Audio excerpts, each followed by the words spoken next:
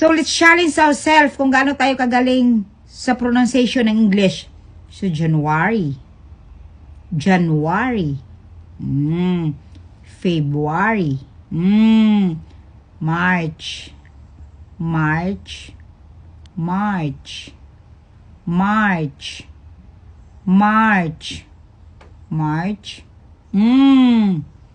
April.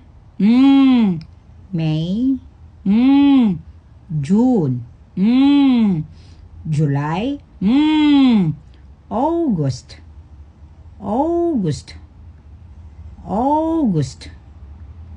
August. Na kanilaging mamayabas sa gitang eskwela lagi ba?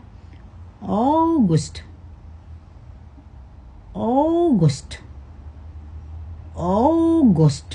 Na. Kasakit ba sa tutunlag balik-balik?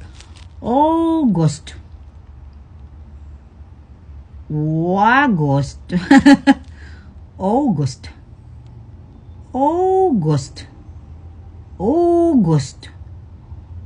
August na diri kita magdugay kani laging eskwela tang mamayabas pa ang tawa dikit September October November December